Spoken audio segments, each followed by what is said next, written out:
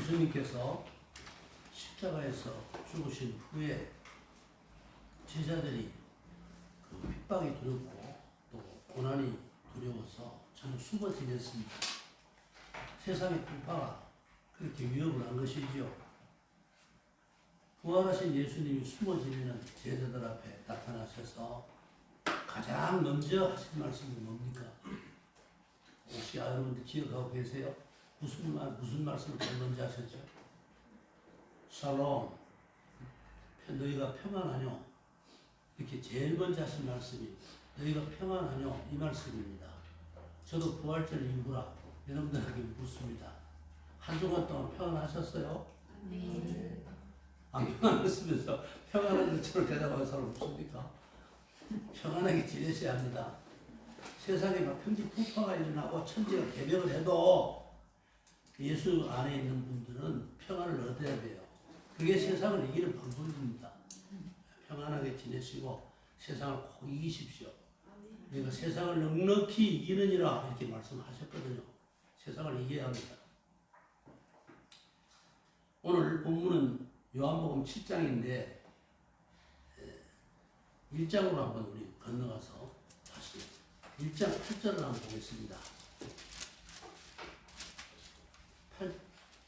요한복음 1장 8절 제가 있습니다. 여러분들 같이 읽어보기 바랍니다. 참 빛 곧 세상에 와서 각 사람에게 비치는 빛이 있었나니 그가 세상에 계셨으며 세상은 그로 말미암아 지은 바 되었으되 세상이 그를 알지 못했다라고 했습니다.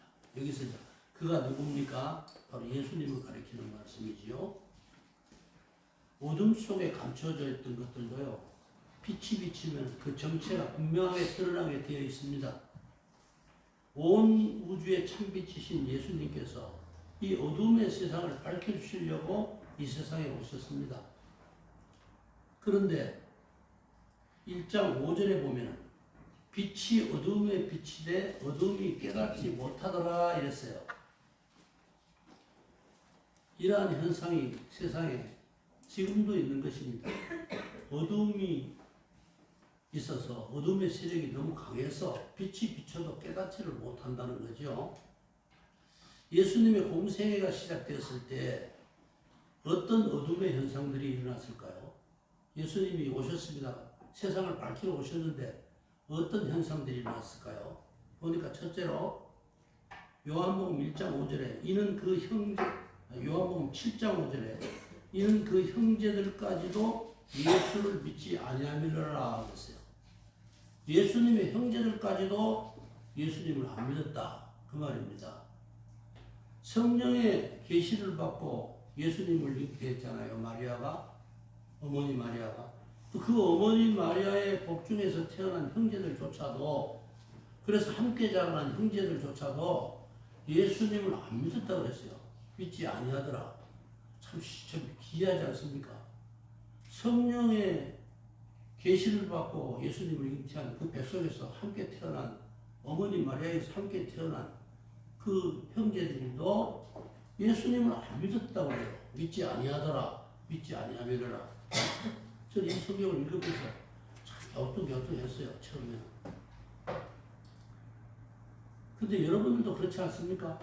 여러분들의 가정에도 여러분들은 처음 열심히 주님을 섬기고 주님을 잘 믿고 있는데 여러분들의 가족들이 아직도 안 믿고 있기 때문에 얼마나 속을 태우고 안타까워서 말씀을 전하고 믿게 하려고 애도 많이 쓰지 않아요.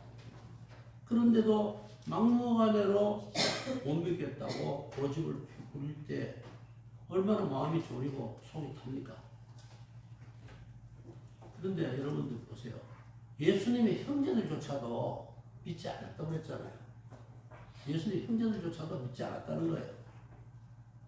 그러니까 우리가 강요하거나 설득으로 되는 일이 아니라는 거예요. 또 억지로 되는 일이 아니라는 겁니다. 여러분 너무 마음 졸이지 마세요. 가족들이 안 믿어서 속 태우는 그 심정은 충분히 우리들이 더 이해할 수 있지만 너무 속 태우고 그렇게 안절부절할 건 없어요. 왜냐하면 아까도 우리 목사님 말씀하셨지만 주 예수를 믿으라. 그리하면 너와 네 집이 구원을 얻으리라 이렇게 약속을 하셨어요. 하나님께서. 어떤 방법으로 우리 가족들을 구원하실지 그거는 우리가 몰라요. 하나님께서 하나님의 특별한 방법으로도 내가 예수를 믿었으니까 이 약속의 말씀대로 너와 네 집이 구원을 얻으리라 하셨으니까 구원이 이루어질 걸로 믿고 우리가 끊임없이 기도하면서 사랑으로 인내하고 또 쉬지 말고 기도하면서 가족 구원이 이루어지기까지 기다려야 한다는 겁니다. 인내심을 가지고 기다려야 됩니다. 안 믿는다고 막 어떤 분은 보면 막 강압적으로 억지로 끌고 나오려고 애를 쓰고 그래요. 근데 때가 되면은 우리 하나님께서 어떤 방법으로든지 꼭 믿게 하시고 구원을 이루게 하십니다. 걱정하실 거 없어요. 죽는 그 순간에도 구원의 은총이 임할 수가 있어요. 언제든지 그럴 수 있어요. 그러니까 이 말씀을 믿어야 합니다. 둘째는 하나님의 선민임을 자부하던 예루살렘의 원주민들, 그 유태인들이 어둠의 세력에 잡혀있는 자기들의 영적 무지를 드러냈다는 겁니다. 이 본문을 보니까. 예루살렘 사람 중에 어떤 사람이 말하되 이는 그들이 죽이고자 하는 사람이 아니냐. 25절에. 여기 그들이라고 하는 사람은 예수님을 죽이려는 그 유대교의 제사장들과 그 하수인들이고 또 여기서 어떤 사람은 그들의 말에 부하내동하는 사람들입니다. 누가 이야기를 하면 자기의 올바른 판단 없이 남 말에 금방 귀를 기울이고 잘 따라다니는 사람들이 있어요. 부하내동하는 사람들이지요. 우리 예수님이 참빛으로 오셨지만 어둠의 세력에 있는 사람들이 어둠의 일을 자꾸 이야기하는데도 올바른 판단 없이 따라와서 부하내동했다는 말입니다. 예나 지금이나 자기의 올바른 판단 없이 남들의 선동에 무턱대고 동조하는 사람들이 너무 많아요. 이 시대에 특히 많은 것 같아요. 한국의 지금 정치판이 그런 것 같아요. 한국의 정치판 보면은 그 선동하는 사람들이 너무 많아요. 유튜브에도 보면 선동하는 사람들이 너무 많고 또 뭐 신문이나 뉴스에도 보면 선동하는 사람들이 너무 많아요. 가만히 들어보면은 거짓된 말이 너무 많고 또 실체도 없는 말들이 너무 많아요. 그런데 사람들이 무턱대고 패를 갈라서 따라다니잖아요. 이리 가고 이리 올리고 가고 저리 가면 저리 올라다니고 왜 자기의 올바른 판단으로 판단하지 않고 내 편 갈라서 그렇게 하나요? 옛날에도 그랬어요. 유태인들도 예수님 참빛으로 오셨는데도 예수님 편 안 들어. 예수님 편 안 들고 어둠의 편들을 들었다 이 말이에요. 당시 유대 사회에서는요. 그리스도께서 오실 때는 어디서 오시는지 아는 자가 없을 것이다. 27절에 이런 속설이 있었어요. 속설이. 과연 예수님이 오시는 것이 성경에 예언 안 되어 있습니까? 성경에 예언되어 있습니다. 미가서 5장 2절에 베들레헴 에브라다야 너는 유다 족속 중에 작을지라도 이스라엘을 다스릴 자가 네게서 네게로 나올 것이라. 그의 근본은 상군의 영혼에 있느니라. 예언이에요. 예수님이 베들레헴에서 태어나실 것을 이미 성경에 다 예언해 놨어요. 그럼 유태인들 성경 바삭하게 잘 알잖아요. 다 유태인들은 뭐 율법을 공부하고 성경을 공부하기 때문에 구약성경을 공부하기 때문에 잘 압니다. 그런데 속설을 더 믿었다는 거예요. 속설을. 세상에서 떠돌아다니는 말을 더 믿었다는 겁니다. 그리스도께서 오실 때는 어디서 오시는지 아는 자가 없을 것이다. 이런 속설이 있었는데 그 말을 더 믿었다는 겁니다. 예수님이 왜 이런 예언대로 태어나시는데도 사람들이 못 믿었을까요? 고정관념이나 나쁜 정보를 갖고 있기 때문에 그렇습니다. 사람들이. 왜냐하면 예수님이 어떤 사람으로 알고 있었냐면 예수님은 유대의 당국자들도 그랬어요. 나사렛 동네, 가난한 나사렛 동네, 비천한 신분의 목수의 아들, 요셉의 아들이라는 소문만 다 알고 퍼져 있었다는 말입니다. 가난한 비천한 동네에서 무슨 그리스도가 나겠느냐? 그리스도가 어떻게 그렇게 오실 수가 있느냐? 이겁니다. 우리는 이 사람이 어디서 온지 아노라. 27절에 그렇게 말을 해요. 어디서 왔는지 안다. 어디서 왔다고 알고 있습니까? 가난한 나사렛 동네 목수의 아들인 걸 다 알고 있다 이 말입니다. 이 사람은 그것만 알고 있어요. 성경에 예언된 거는 아예 상기할 생각도 안 하고 있어요. 나사렛 출신의 예수는 결코 메시아가 될 수가 없지. 이렇게 단정적으로 결론을 내리고 있었다는 겁니다. 사람의 고정관념이 그렇게 무섭습니다. 아무리 진리가 이렇게 우리 곁에 와도 잘못된 고정관념을 갖고 있으면요, 잘 못 받아들이는 나쁜 근성들이 있어요. 사람들한테. 자기 마음을 열어야 되는데 열지를 못해. 병아리가 닭이 되려고 하면 달걀 껍질을 깨고 나와야 돼요. 나와야 되는데 껍질을 못 깨고 그 달걀수에 그대로 있으면 골아가지고 나중에 썩어서 죽습니다. 그 닭이 깨고 나올 줄 알아야 돼요. 이러한 배경이 예수님을 적대하고 미워하고 배척하게 된 이유가 된 것입니다. 유태인들이 그래서 예수님을 막 십자가에 못 박으라 십자가에 못 박으라. 메시아가 아닌데 메시아라고 저리로 떠들고 다니는구나 하고 오해를 한 거예요. 잘못 알고 있었던 거예요. 그러니까 자기들이 알고 있는 상식만 가지고 생각을 하니까 예수님을 죽이려고 달았다 이 말이에요. 가짜 메시아다 이거죠.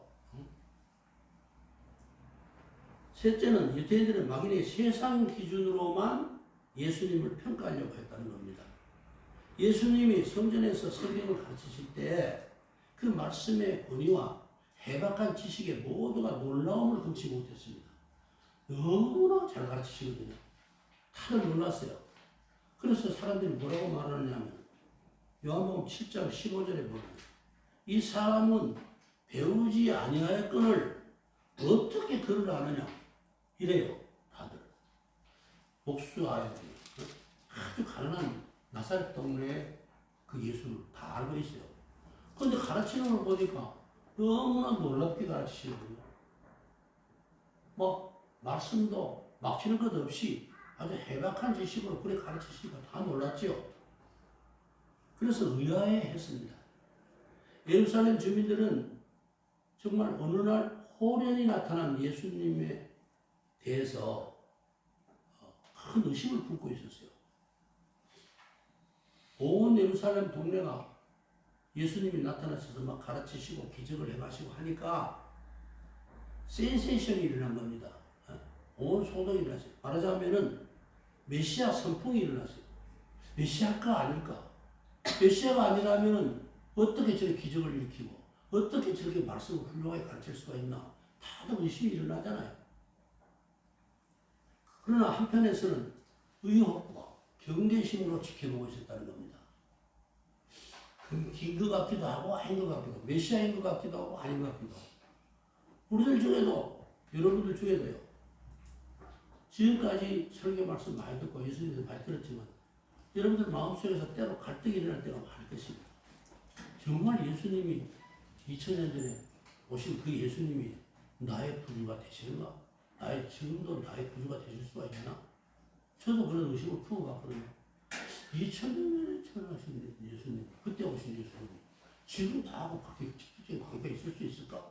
저 그런 의심을 많이 품었었어요. 예루살렘 당국자들은 이 예수님이 메시아라는 세간의 소문에 대해서 이렇게 말합니다. 26절, 27절에 보니까 이 사람을 참으로 그리스도인 줄 알았는가? 여러분들은 이 사람이 진짜 그리스도인 줄 알아? 이 말이에요. 질책하는 소리입니다. 그러나 우리는 이 사람이 어디서 왔는지 안다, 아노라 이렇게 말한다. 어떻게 알고 있습니까? 나사렛 동네 목수의 아들인 우리는 아노라 이 말이에요. 그까지밖에 모르잖아요. 나는 안다는 거예요. 제가 자기들은.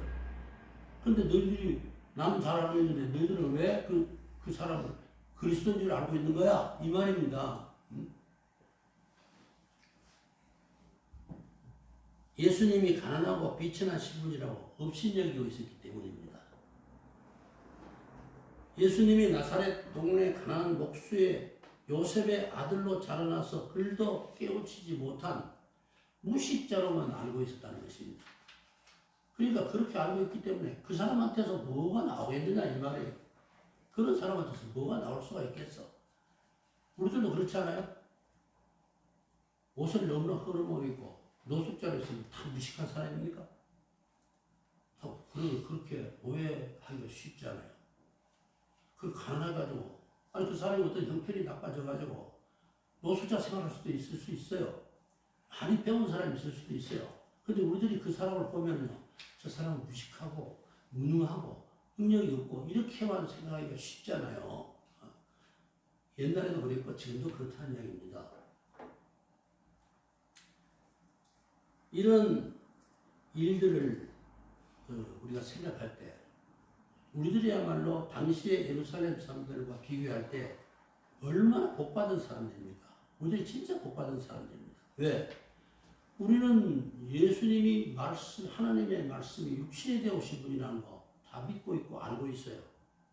하나님의 아들이시고 태초부터 창조주 하나님과 함께 하시는 분이라는 사실을 여러분들 알고 믿고 있어요. 그 유태의 그 유명한 율법학자들도 또 성경을 그렇게 연구하는 사람들도 몰랐던 사실을 우리는 알고 있다 이 말입니다. 그러니까 우리가 복되다는 거예요. 얼마나 복된지 몰라요. 그 사실을 알고 우리가 믿음 안에서 지금 살고 있으니까 하나님의 은혜를 정말 많이 받는 사람들이라는 거예요. 여러분들은 지금 알고 있잖아요. 예수님이 누구시냐고 물으면 여러분들 나름대로 자기 믿음대로 대답할 수 있어요. 그게 참 복된 거예요. 여러분들 복되다고 하는 사실을 모르지만 정말 복된 거예요. 예수님을 직접 보고도 예루살렘 사람들은 아무것도 몰랐는데 우리는 안 보고도 예수님을 믿고 있잖아요. 보지 않고 나를 믿는 자는 복되도다. 예수님이. 보지 않고 나를 믿는 자는 더 복되도다. 그 복된 거예요. 우리가 참 복된 사람들이에요.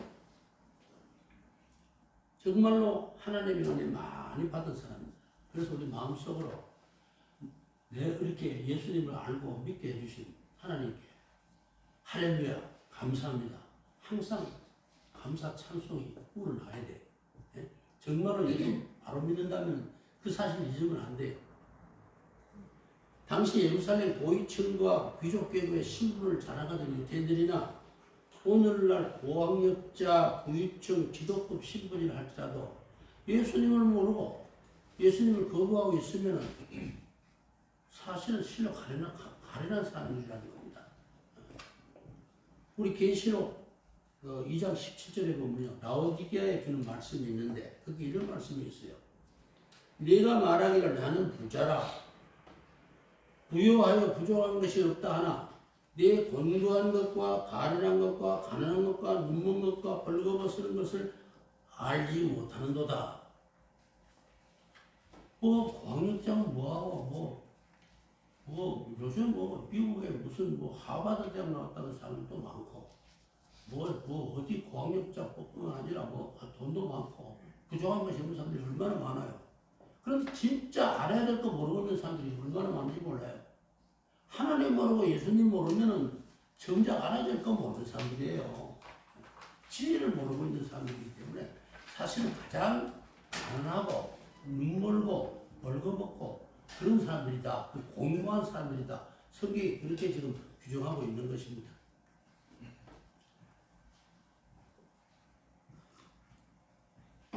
그런 사람들이 정말 성경에 기록되어 있잖아요. 어떻게 됩니까? 둘째 사망의 죄 누구 이렇게 다 나옵니다. 유태인들을 보세요. 예수님을 경멸하면서 던진 그들의 말이 어떻습니까? 우리는 이 사람이 어디서 왔는지 아노라. 이렇게 말하잖아요. 학력이 없고 가난하면은 경멸의 대상이 되는 겁니까? 그렇지 않아요. 우리 예전에 제가 다니던 옛날 초창기 제가 다니던 교회에 박 장로님이라는 분이 계셨는데 그분이 저 시장에서 이 보자기 펴놓고 저렴한 옷 같은 거 띄어다가 그렇게 팔던 분이었어요. 그런데 그분 우리 교회에서 장로 투표할 때요. 그 부자도 많고 소를 열차로 그냥 곱배뛰기로 일본말로 곱배뛰기로 곱배뛰기 차량으로 막 100마리씩 200마리씩 도매하는 큰 부자도 있었고 그런데 다 자궁투표가 다 떨어졌는데 자궁투표에서 누가 당선됐냐 그렇게 당선이 됐냐면요 이 고장이 펴놓고 그렇게 그 옷장사들 아주 가난한 사람 곽병웅 장로님인데 그분이 장로님으로 됐어요. 그 교회 어떤 교회입니까? 참 좋은 교회죠. 사람 하라고 진짜 좋은 교회. 만약에 우리 교회에서 나중에 장로님을 선출해야 되고 이제 좀 더 많아지면 선출해야 되겠죠. 또 좋은 분들 선출해야 될 그런 일이 있으면 기준을 어디다 둬야 되는지 여러분들이 잘 아셔야 돼요. 가난하고 고학력이 이게 문제가 아니에요. 그게 문제가 아니에요. 믿음이 없으면은요, 영안이 어두워서 현상 사물에 대한 정확한 분별력이 없어요. 그러나 영안이 열리면은 학력, 유무와 관계없이 빈부의 차이와 관계없이 하나님이 주신 지혜가 있고요. 명철함과 또 하나님이 주신 지식이 있어요. 저는 초등학교도 못 나온 어떤 권사님이 교회 신입 그 교인들을 앉혀놓고 교회에서 성경 가르치는 걸 봤는데요. 너무나 수준 높게 잘 가르치는 것을 봤어요. 그 초등학교도 못 나왔다고 그러시면 아주 성경을 줄줄줄 외우세요. 참 대단하시다. 그때 내가 놀란 적이 있습니다. 그리고 또 한 번 이런 일도 있어요. 우리 그 목사님이 저보고 그때 제가 집사 때인데 김 집사 나하고 신당 좀 가세요 그래요. 근데 차를 갖고 있는 사람이 저밖에 없었어요. 그래서 좀 신당 좀 가세요 그래요. 가시죠. 뭐 제가 가겠습니다. 어디 가시는데요? 아니 어디 저 아파서 우리 집사한 사람이 꼼짝을 못하는데 거기 가봐야 되겠네. 그 차를 타고 가려고 갔는데 차에 또 우리 권사님 한 분이 타고 있어요. 그분 성함이 김무옥 권사님이라는 분인데 정말로 초등학교도 안 나왔고 일자 무식입니다. 정말 남 놓고 기억자 모르시는 분이에요. 그런데 그분이 김무옥 권사님 타고 있어요. 그 뭐 권사님 그리고 같이 신방하는 거예요? 그랬더니 예. 그래서 목사님한테 물어봤어요. 아 김무옥 권사님 어째 같이 가십니까? 제 양반이 기도하면 신유의 은사가 있어. 목사님이 신유의 은사가 있어. 이 무식한 권사님인데 그러니까 같이 가서 기도해야 돼. 이래요. 그래서 이제 갔어요. 근데 가보니까 허리에 기부스를 하고 있는데요. 이 집사님이 뭐하다 다쳐가지고 기부스를 하고 있는데 병원에 사는 말은 한 6개월 기부스 못 풀고 누워있어야 된다는 거예요. 그래서 당장에 지금 식구들 먹이 살려야 되는데 이렇게 누워있으면 어떡하냐 이거예요. 기도해야 되는데 목사님이 김무옥 권사 기도하시오 이래. 근데 이분이 기도할 때 나만 웃었어요. 옆에서 같이 눈 감고 있는데 왜 웃으냐? 너무 평소에 듣던 그런 그 기도 목소리가 아니라 저를 무식한 말을 하니까 아버지 이러면서 하나님께 아버지 이 코로나 모여서 너무 불쌍합니다. 경상도 말로 이래 누우시면 자식들은 왜 하겠습니까? 이렇게 경상도 말로 왜 하나님께서 그 능력이 있으시지 않습니까? 속이 좀 낫게 해주셔서 뭐 이런 식으로 막 경상도 말로 막 기도를 해요. 그러니까 나는 막 너무 사투리가 무섭고 이래서 좀 웃음이 나더라고요. 저런 기도가 효과가 있을까? 의심이 날 정도로. 그러고 이제 시간을 마치고 돌아왔어요. 한 일주일쯤 지났는데요. 목사님, 김지사 오늘 시간 있나? 예, 시간 내죠. 나는 뭐 목사님 말은 어디 무조건 모시고 다녔어요. 예, 같이 가십시다. 어디 가시는데요? 성주 거 가자 이래. 성주에 그분이 성주에 계실까? 그래 갔어요. 갔는데 들어가 차를 대기도 전에 보니까요. 이분이 곡괭이를 들고 자기 밭에 막 밭을 갈고 있는 거예요. 이분이 나선 거예요. 기부서 다 풀고 일주일 만에 나서가지고 풀고 있는 거예요. 또 깜짝 놀랐죠. 어떻게 된 겁니까? 했더니 아무튼 뭐 그때 목사님 오셔서 같이 기도해 주시고 그래서 나섰습니다 이게. 기부서서 풀고 나섰다는 거예요. 얼마나 놀라겠어요 저. 내가 겪은 일인데 나는 무식하고 고학력자고 여기에 능력이 있는 게 아니에요. 하나님이 함께 하시냐 안 하시냐가 중요한 거지 그게 중요한 게 아니야. 응? 뭐 유식한 장로님 기도 100년 해봐야 소용없더라고요. 아픈 사람이 기도에 소용없어. 목사님 아무리 해도 은사 못 받으면 소용없잖아요. 은사 받은 것도 유식하기 때문에 은사 주고 무식하면 은사 안 주고 이게 아니라 이 말이에요. 하나님은 그런 거 구별하시는 분이 아니에요. 베드로와 요한도 얼마나 무식한 어부였습니까? 그 사람도 무식한 사람들이었어요. 그런데 베드로가 예루살렘에서 설교할 때 얼마나 많은 사람들이 놀랐어요. 예루살렘 사람들이. 그들이 베드로와 요한이 담대하게 말함을 보고 그들을 본래 학문 없는 범인으로 알았다가 이상히 여기며 사도행전 4장 13절 이상히 여겼다는 거예요. 아니 무식한 어부였는데 어떻게 저렇게 말을 잘해요? 어떻게 그래 언변이 좋아요? 좀 놀랐다는 거예요. 성령의 은사를 받으면은 지혜와 지식의 그 은사를 받으면 지혜와 지식의 은사가 있잖아요. 그 은사에 보면은 남들이 알지 못하는 깊고 고상한 지식에 이를 수가 있다는 겁니다. 그게 우리 믿는 사람이 하나님께 받을 수 있는 능력이기도 하고 큰 은혜이기도 한 것입니다. 내 주 그리스도 예수를 아는 지식이 가장 고상하기 때문이라. 빌립보서 3장 8절에 사도 바울이 예수 그리스도를 아는 지식이 가장 고상하기 때문이다. 그래서 세상에서 내가 알고 있던 모든 지식과 내가 자랑하던 모든 것들은 다 나는 배설물로 여긴다. 배설물로 여긴다. 사도 바울이 그렇게 말하죠. 그렇기 때문에 교회에서는 절대로 빈부귀천을 또는 뭐 학력 높고 낮은 것을 사람의 됨됨이로 그렇게 평가하는 그런 일이 있어서는 절대로 안 되는 것입니다. 절대로 그래서는 안 되는 것입니다. 네 번째는 어둠에 속한 악한 무리가 예수님을 대적하는 영적 무지를 드러냈습니다.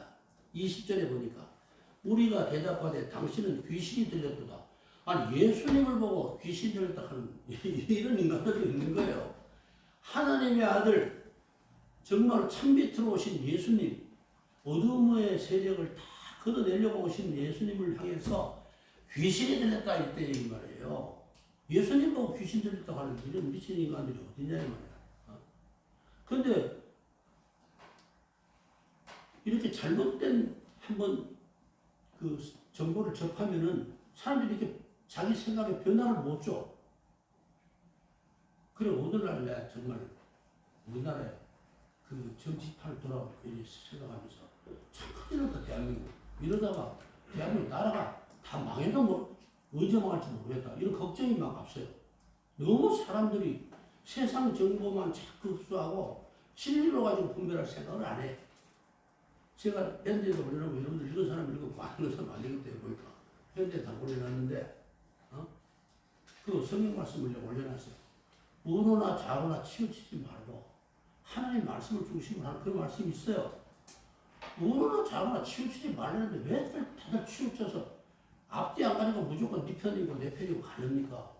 그러면 나 오늘 정치하게 대순절 안 하는 사람인데 거의 안 하잖아. 안 하는데 내가 답답해서 그런 거 기준으로 삼으면 안 돼요. 그리스도인들은 뭘 기준으로 삼으냐? 성경 말씀을 기준으로 삼고 판별을 해야 돼요. 성경에 뭐라고 돼 있나? 성경대로 해야 돼. 그래서 우리 장로교 신조가 뭐예요? 말씀에서 가라면 가고 멈추라면 멈추어라. 그게 장로교 신조입니다. 신앙 신조예요. 말씀이 가라면 가고 멈추라면 멈추어라. 말씀을 기준으로 해야 돼. 응? 예수님의 비상한 가르침과 탁월한 능력을 보니까 전부 다 존경하고 또 이 확실히 메시아가 정말 메시아일 수도 있겠다 이렇게 긍정적으로 생각해야 될 사람들이 귀신이 들렸다 그랬다 그 말이에요. 귀신이 들렸다. 예수님을 향해서 귀신이 들렸다. 예수님을 귀신으로 봤다는 거예요. 엄청난 일이죠. 영적 무지의 수치입니다. 오늘날에도 보면은요, 정신질환 환자나 환각 상태의 사람을 보고 귀신 들렸다고 그 우리 특히 교회 어떤 잘못된 교육자들이 그런 사람들이 많아요. 귀신 들렸다고 막 기도해준다고 막 그러고 저도 그런 거 따라갔다 한번 도망쳐 나온 일이 있는데 다 귀신 들렸대요. 정신질환과 귀신 들린 거 구분할 줄 알아야 돼. 귀신 들린 거 따로 있어요. 귀신 들린 거 따로 있고 또 정신질환은 따로 있는 거예요. 정신질환 하면은 의사한테 진료받고 약 먹어야 돼. 약으로 치료받는 게 좋아요. 그게 가장 좋은 방법이에요. 근데 귀신 들린 거는 약 먹어서 안 돼. 약 먹고 안 돼요. 제가 이런 이야기는 못하지만 제가 정원 노인영생한테 한 6, 7년 있었잖아요. 치매 걸린 환자들 중에 정작 치매가 아니고 진짜 귀신 들린 사람을 봤어요. 그런 사람 많이 접했어요. 그런 사람은요, 거기 의사 3명씩이나 있거든요. 정신과 의사들 다 있어요. 있는데, 뭐라 그러냐면, 거기, 우리 혜영이도 알아요. 그때 따라다녔기 때문에. 그 지인순 권사님, 지인순 할머니라고 있어요. 막 한 번 귀신 들리면요, 정말 자기 머리를 그 앞에 들어가는 입구에 큰 돌에다가 정원 노인정센터라는 그 간판을 이렇게 만들어 놨는데, 막 머리를 갖다 박아가지고 수위가 될 때도 막 갖다 박아요. 그거 정말 못 말려요. 근데 그렇게 하면 간호사들이 달라들어서 간호사들이 한 15명이나 있고 간병인들이 한 60명씩 있거든요. 와, 그 사람 막 말리려고 막 그러니까 하네. 아무도 못 말려. 막 가까이 다가오고 뭐 던지고 뭐 막 팽패를 부리고 하니까 아무도 못 던져. 그럼 뭐라 그러냐면요. 간호과장이 그런데 가서 김복사 불러와. 김복사 막 나를 의사한테 안 들어가고 나를 찾아요. 아니까 이제는 그 사람들도 나를 찾았어요. 그 제가 가잖아요. 이거 내가 이렇게 말한다고 나를 좀 이상하게 보지 마세요. 내가 가면 어떤 줄 알아요? 갑자기 얌전해져요. 얌전해 자기 방으로 얼른 들어가. 그 지인을 할머니가 들어가서 내가 하면 옷까지 어떤 데를 갈아입어요. 얌전하게 있어요. 왜 그랬어요? 내가 이러면 죄송해요. 금방 가져요. 그거 정신질환 아니에요, 그 사람. 기도하면 도망가거든요. 기도하면 귀신 도망가. 내가 여러 번 경험했는데, 뭐 그런 사례를 몇 번 경험했어요. 그러니까, 하나님께 받은 은사가 있으면은 내 힘으로 하는 게 아니고, 하나님의 주신 능력으로 그런 일이 일어날 수가 얼마나 있는 거예요.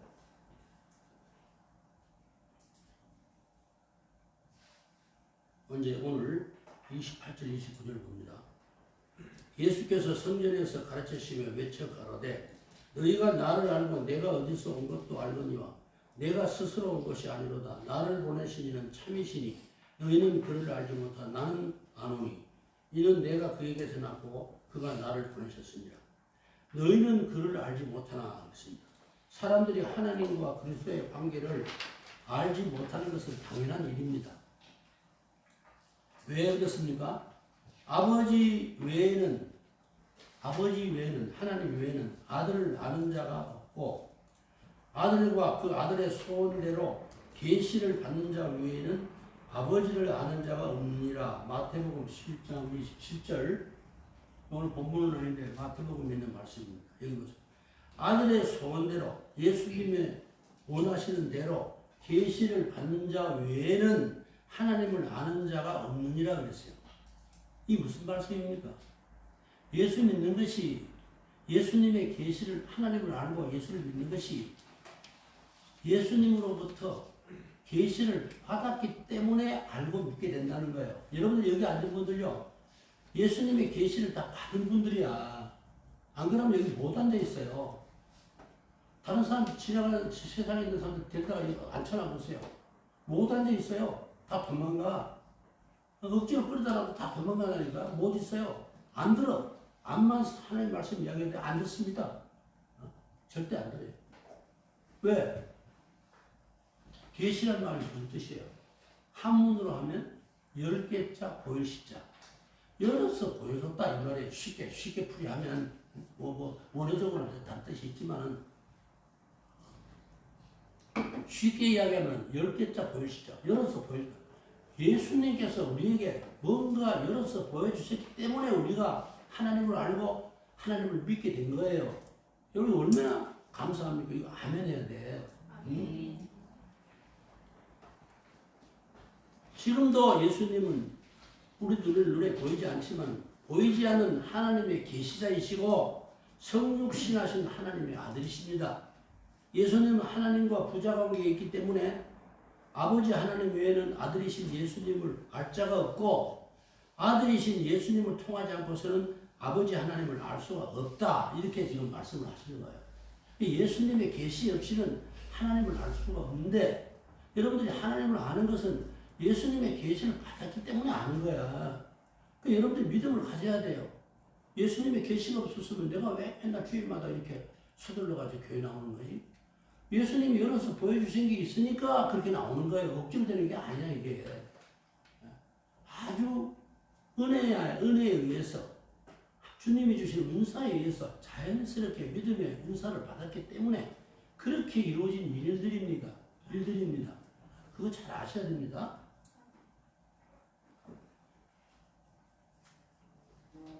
이제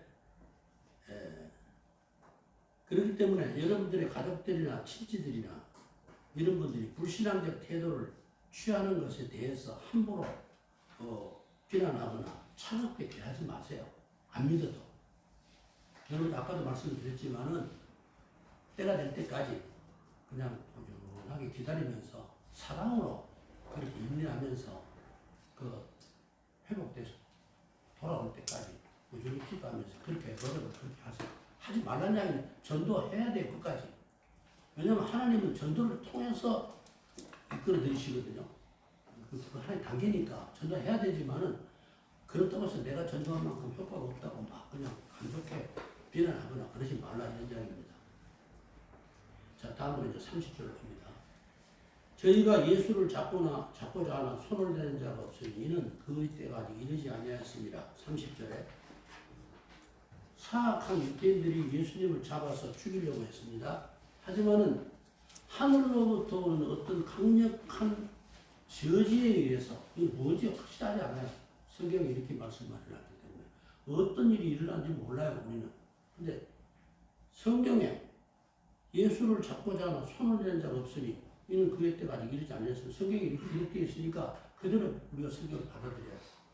어떤 일이 일어난지 잘 몰라요. 그러나 저는 생각할 때 하나님 하늘에서 보내신 어떤 강력한 힘에 의해서 잡고자 했지만 잡지 못했을 것이다. 저는 그렇게 생각하는 거죠. 이 구절이 우리에게 큰 위로와 평안을 줍니다. 하나님의 허락 없이는 누구도 아무도 어떤 존재도 주 안에 있는 우리에게 해를 가할 수 없다고 하는 그런 믿음을 제가 얻었기 때문입니다. 주님의 허락이 없이는 그 누구도 우리를 해칠 수가 없다. 바로 그 말이에요. 내가 그들에게 영생을 주노니 영원히 멸망하지 아니할 것이요 또 그들을 주신 내 아버지는 만물보다 크심에 아무도 아버지의 손에서 빼앗을 자가 없느니라. 요한복음 10장 28절 29절에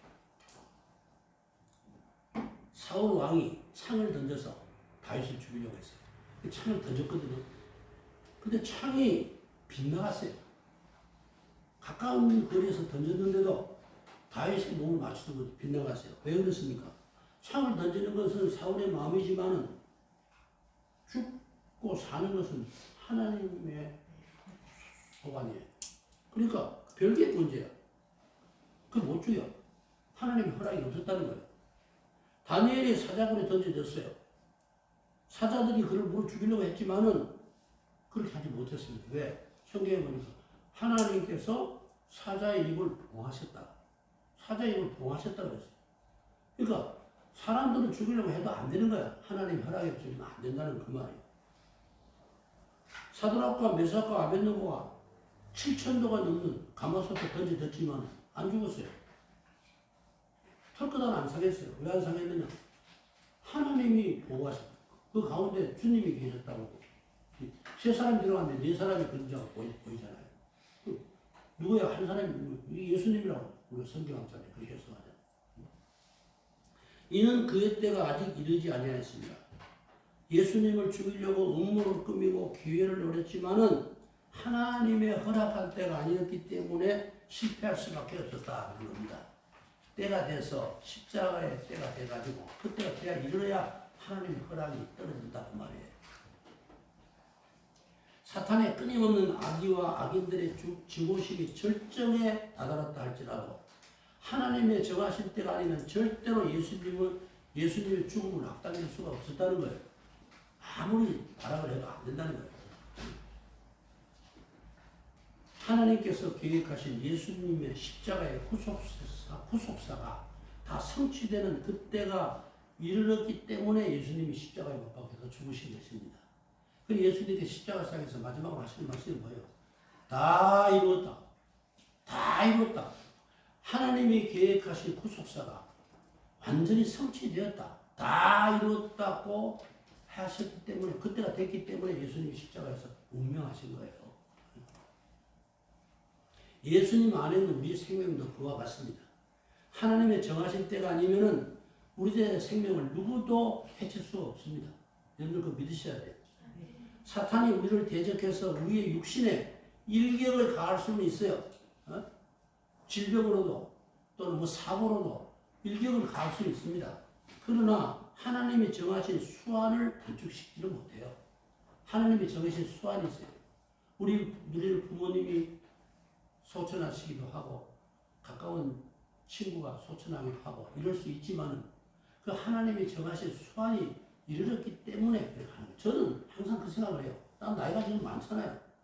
많은데 나 애들 걱정하면 우리 애들 맨날 나 죽을까봐 걱정하는 것 같아. 가가지고 내 눈치가 오고 야 이놈아 걱정하지 마라. 나 아직 때가 아니다. 난 때가 하나님 부를 때가 아니야. 아직도 할 일이 남아있어. 근데 그래. 이제 내 할 일이 다 끝나고 하나님 정하실 때가 되면 자연스럽게 나도 가겠죠, 뭐. 당연하잖아요. 누구나 다 그렇듯이. 완전히 무자할 필요도 없고, 때가 되면 가는 거니까. 그렇게 생각합니다.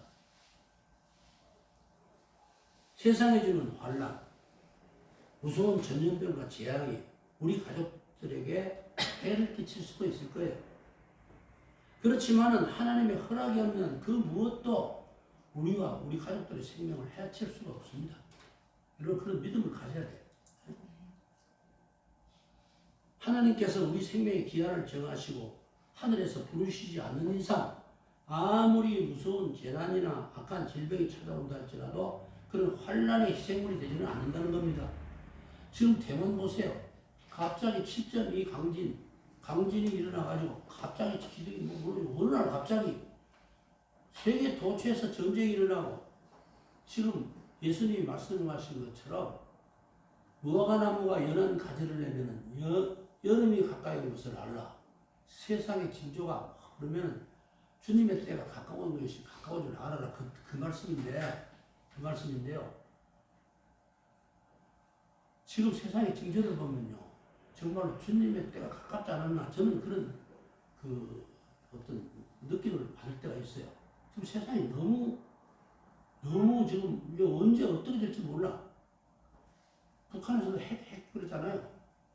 근데 무엇이든지 사람이 만든 거는 쓰기 위해서 만든 겁니다. 저는 그런 생각해요. 그 핵폭탄을 쓰기 위해서 만들었지. 뭐 때문에? 일본의 원자폭탄 히로시마하고 나가사키인가? 거기에 떨어뜨렸는데 그래서 일본이 항복했잖아요. 왜 그걸 만들었겠어요? 쓰기 위해서 만든 거 아니에요? 지금 북한이 저거 언제 쓸지 몰라. 아참을 언제 쓸지도 몰라요. 그래서 상당히 위험하긴 해요. 근데 하나님이 막으시고 있어요.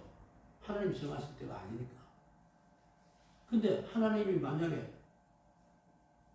우리들의 죄악이 너무 만연해서 더 이상 두고 볼 수가 없다. 노아의 홍수 때처럼. 그런 지경이 이른다면 하나님이 손을 놔버리실 수도 있을 거 아닙니까? 그러면 언제 무슨 그 마귀가 사탄이 어떤 일을 부릴지 아무도 몰라요. 항상 우리는 그래서 준비하면서 예수님 언제든지 오십시오. 우리가 성경 끝날 때는 어떻게 끝납니까? 아멘 주 예수여 오시옵소서.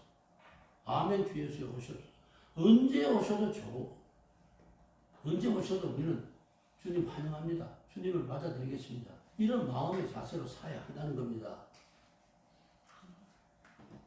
이제 마지막으로 한 말씀만 읽고 끝내겠습니다.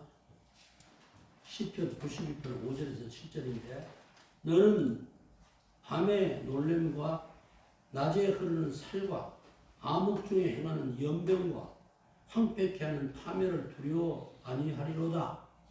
천인이 네 곁에서 만인이 네 우편에서 엎드러지나 이 재앙이 네게 가까이 하지 못하리로다.